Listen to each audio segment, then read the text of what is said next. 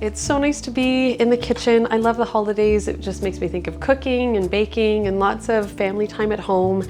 And so I'm gonna show you how to make a recipe that's become a favorite of ours the last few years. It's a really easy cake. It's a cranberry cake. So very seasonal, excellent for Thanksgiving or Christmas. And it's an easy thing to make with ingredients that you mostly have in the pantry and the fridge on an everyday basis, but also is great to give as a gift. So travels well, great dessert to take. And so let's get started.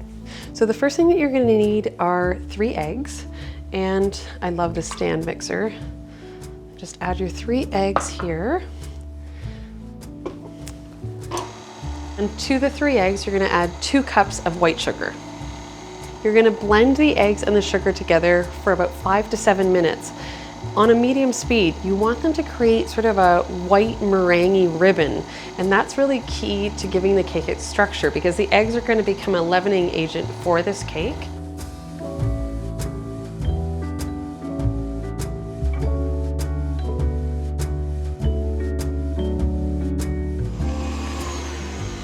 Okay, it's been about 5 minutes, and you can see that we've got, I'll show you, these beautiful ribbons. And that's from that egg being mixed so well with the sugar. So now it's time to add additional ingredients.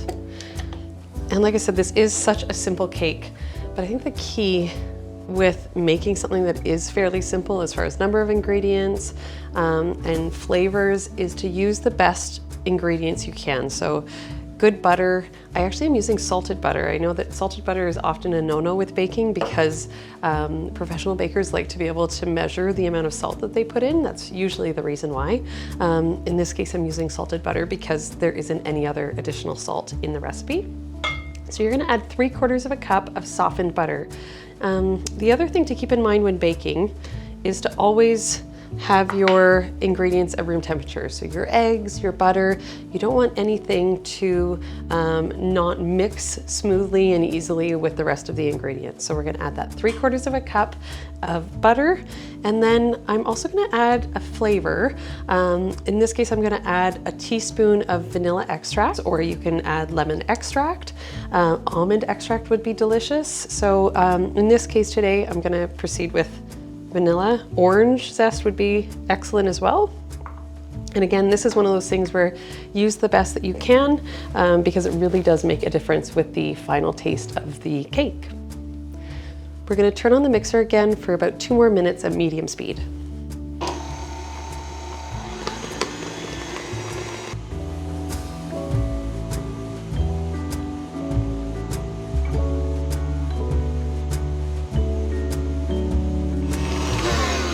Okay, that's been about 2 minutes and it looks great. Everything's well mixed together into one consistent batter. And we're gonna add the second last ingredient, 2 cups of white flour.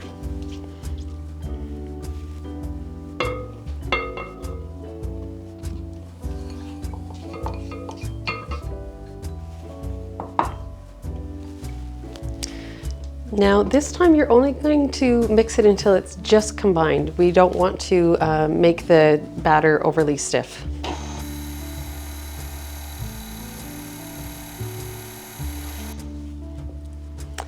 All right, this looks good. The rest I'm gonna do by hand when I mix in the cranberry. So I do like to use fresh cranberries ideally in this recipe. You need about 1.5 cups. You don't need to do anything beyond wash them. You don't need to cut them or anything like that. So they are a fairly easy addition. Just going to detach this.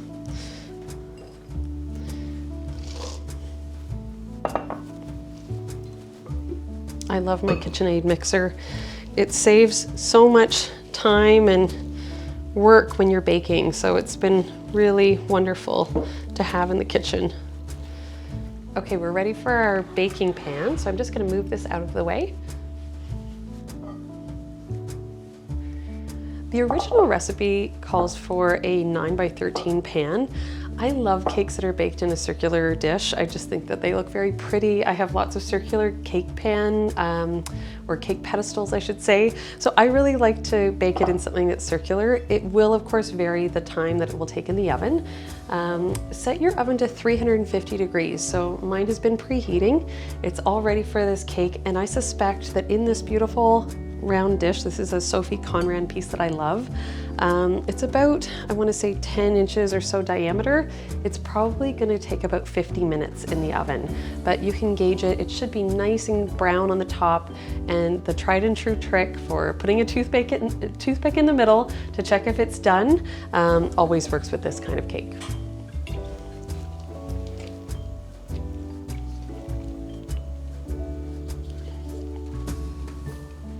You can see that the batter is quite thick, so you will have to sort of smooth it out in the pan.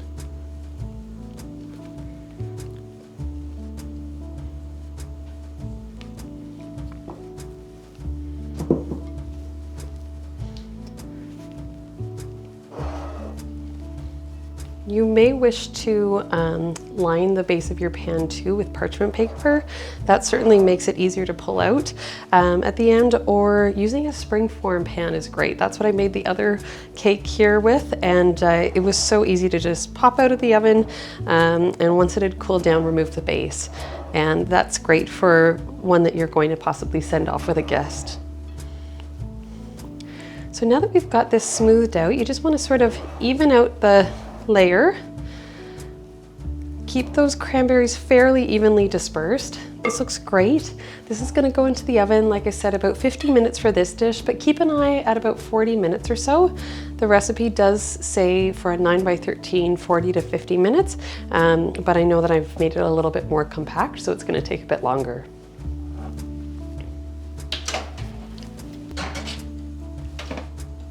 Okay, we'll let that bake for about 50 minutes, and while that's in the oven, I'm going to clean up here, and then we will have a look at some wrapping ideas if you are sending this along as a hostess gift.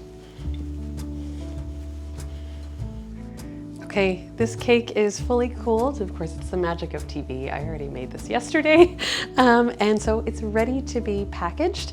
I just want to show you an example. Of course, right now, it's this beautiful golden brown cake. It has this gorgeous sort of crispy edge, and then the juicy cranberries inside. It's really delicious.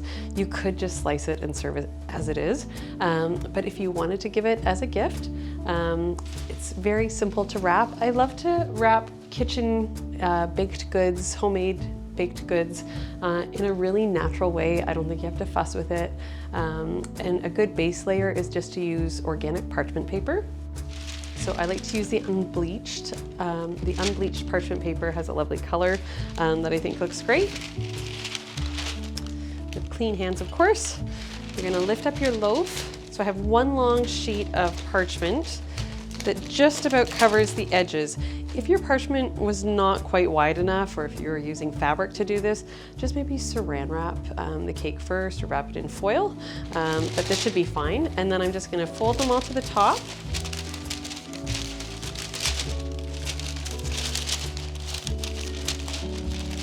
And then you're just gonna fold it onto itself. So you're just gonna make those first few folds.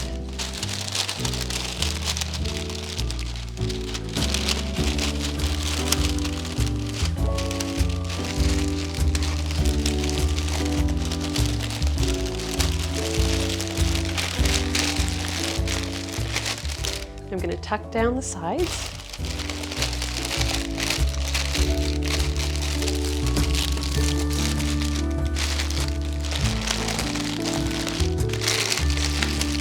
And if you like, you may find that putting a bit of tape on either side will help to keep it down. But the final step would be to add a really nice ribbon. I always love using real ribbon. I think that it really elevates the look of gifts, be it, baked goods or an actual present. So I really would encourage using a real ribbon, especially for this sort of thing.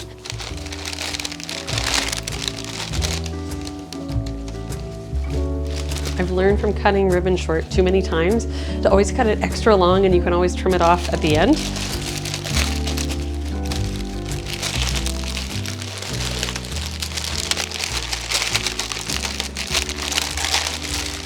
go.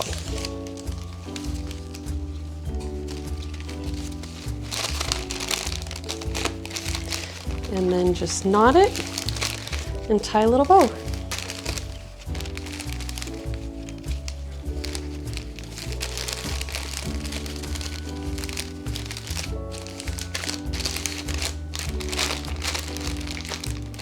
Okay, I've tied the ribbon. I think this looks beautiful. If you wanted to add any little embellishments, of course a little tag would be beautiful. You could add a little sprig of cedar or something like that. Or the kids and I actually just did that very old-fashioned sort of orange slice, dried orange slice idea, and that's a lovely addition as well that you could add as one of the orange slices to the tag.